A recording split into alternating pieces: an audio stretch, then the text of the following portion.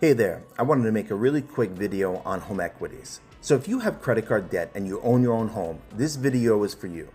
And I want to get to the point, without any fancy editing on this one.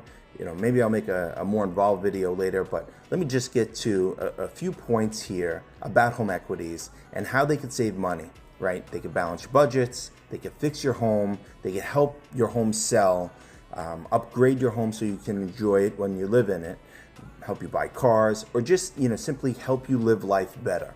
But the main point I want to talk about today on this video is just about saving money. Now, again, if you own your own home, you probably should not have credit card debt. And I see these two things happening just far too often. So first, too many people don't use their home equities to consolidate debt. So I just had a customer that makes me want to make this video. They consolidated $100,000 of credit card debt, and that's on average like 30% interest rate. And we paid it off with a 7.5% home equity. Right? His monthly payments went from $2,500 a month down to $750 a month, or about that.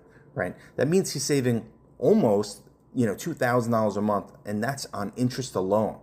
So look, the bottom line is you should never pay higher interest rates when you can pay lower interest rates. And that's really home equity's a big help there. And home equities also amortize on a longer time period. So it's really going to make your monthly payment more affordable.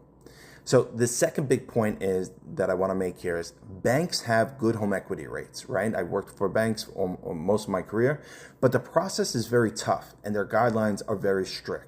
So from my experience, I would estimate around 80% or so of the bank home equity declines can actually still qualify for home equity, somewhere else.